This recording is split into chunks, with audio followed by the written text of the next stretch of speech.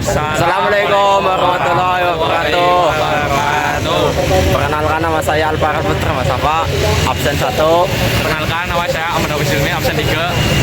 Perkenalkan nama saya absen 15. Perkenalkan nama saya Jody Akil Rasendria, absen 17. Di sini kami akan vlog wisata Ya, alun-alun Kota Tegal.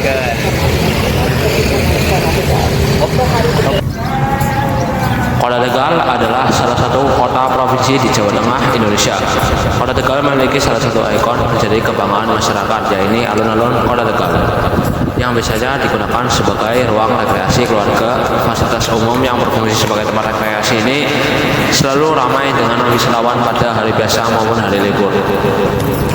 Bukan hanya masyarakat Kota Tegal saja yang turut meramaikan alun-alun Tegal, melainkan wisatawan dari kota atau kabupaten lainnya, diantaranya warga dari Brebes, Pemalang, Pekalongan juga turut mengunjungi salah satu dari kota Tegal ini. Hal ini dikarenakan letaknya yang cukup strategis dan cukup dekat.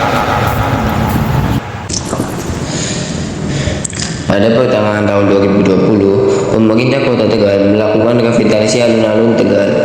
Proyek revitalisasi ini selesai pada akhir 2021 yang lalu dan resmi dibuka untuk masyarakat pada 2 Desember 2021. Proyek ini mampu menciptakan wajah baru dari alun-alun Tegal yang saat ini sudah berubah total.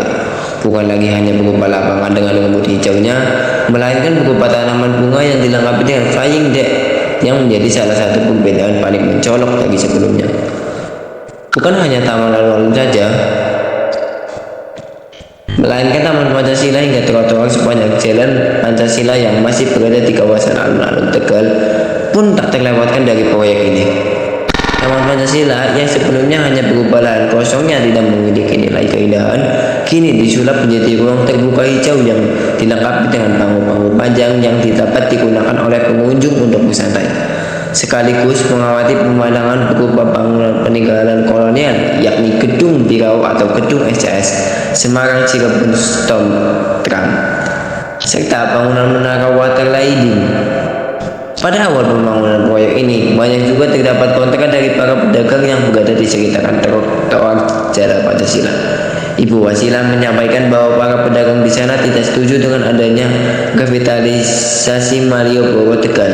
Karena itu sama halnya mengubah kawasan Niaga menjadi kawasan wisata yang mana nantinya juga akan berpengaruh pada perekonomian pedagang yang ada di sana saat itu. Saya ingin menjelaskan gedung SCS atau merupakan kepanjangan dari Semarang atau Cirebon. Berada di Kota Tegal, gedung SCS atau sering disebut warga lokal dengan nama Gedung Birau ini menjadi kantor pusat dari perusahaan kereta api.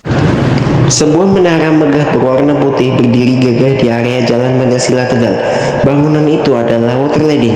Bangunan ini ternyata menyimpan banyak sejarah dan kenangan bagi warga Kota Tegal. Salah satunya pernah menjadi alat penanda waktu berbuka puasa. Dahulu pada saat bulan Ramadan, water sliding ini akan membunyikan sirine pada saat memasuki waktu berbuka puasa untuk wilayah Kota Tegal. Bunyi khas dari sirine ini berada di puncak menara air ini dan dapat terdengar hingga beberapa kilometer di wilayah Tegal. Suara dari bangunan bersejarah ini menjadi hal yang paling ditunggu oleh warga Tegal saat itu, terutama pada saat berbuka puasa.